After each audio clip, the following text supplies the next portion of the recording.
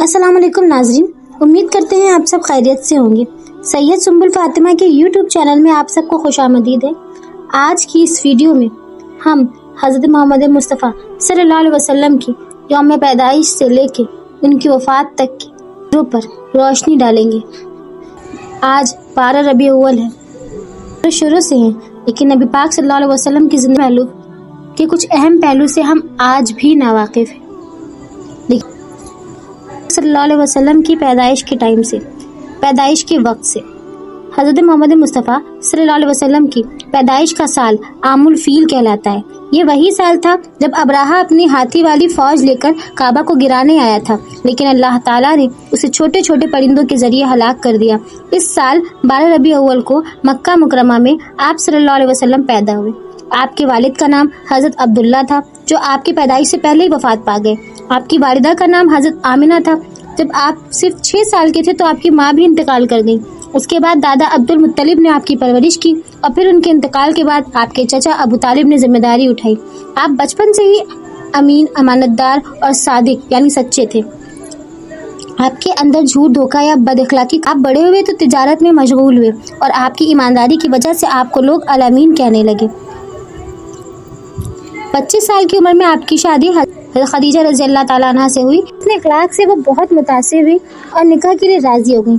इसी दौरान जब कुरैश लोग काबा की तामीर कर रहे थे, हजर अस्वद को जगह पर रखने में लड़ाई हो रही थी, सबने कहा कि जिस वक्त सबसे पहले मस्जिद में जो शख्स आएगा उसको फैसला करने का हक होगा। अल्लाह की कुदरत देखिए, सबसे पहले आप सल्लल्लाहु अलैहि वसल्लम आए। आपने सब कबीलों को शामिल करके हजर अस्वद को अपने हाथों से जगह पर रख दिया।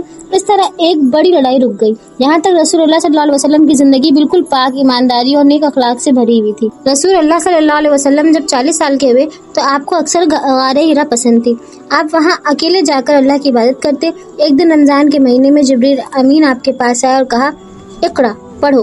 आपने फरमाया, मैं पढ़ना नहीं जानता। फिर जिब्रील ने आपको 3 मरतबा कहा और पहली वही नाजिल हुई, इक़रा बिस्मि रब्बिकल लज़ी खलक। इस तरह आपको अल्लाह ताला ने नबूवत अता फरमाई। सबसे पहले आपकी दावत को हज़रत खदीजा रज़ी अल्लाह ताला अन्हा ने कबूल किया, फिर हज़रत अबू बकर रज़ी अल्लाह ताला अन्हु ने, फिर हज़रत अली रज़ी अल्लाह ताला अन्हु ने, फिर हज़रत ज़ैद बिन हारिसा रज़ी अल्लाह ताला अन्हु ने, और धीरे धीरे लोग ईमान लाने लगे।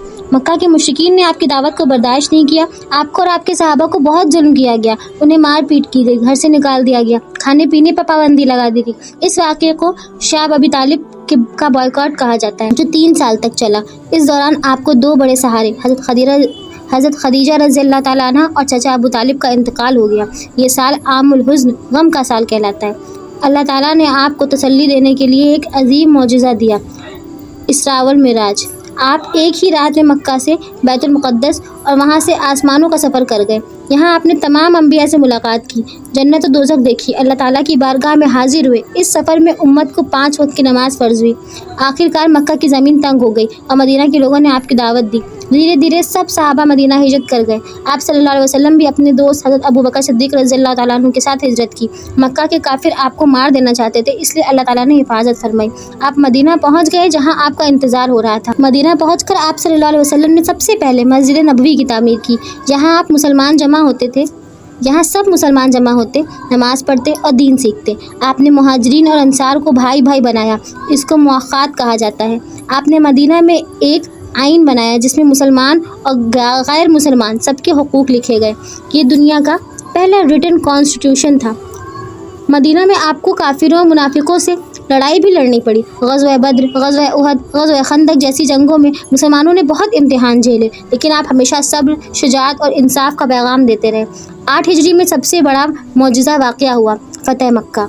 आपने अपने दुश्मनों को अमान दी, सबको माफ़ कर दिया और काबा से बुत तोड़ दिए। 10 हिजरी में आपने अपना आखिरी हज अदा किया, जो हज्जतुल विदा के नाम से मशहूर है। वहाँ आपने अपना आखिरी खुतबा दिया, जिसमें इंसानियत, बराबरी और हुकूक के सबसे अजीम पैगाम दिया।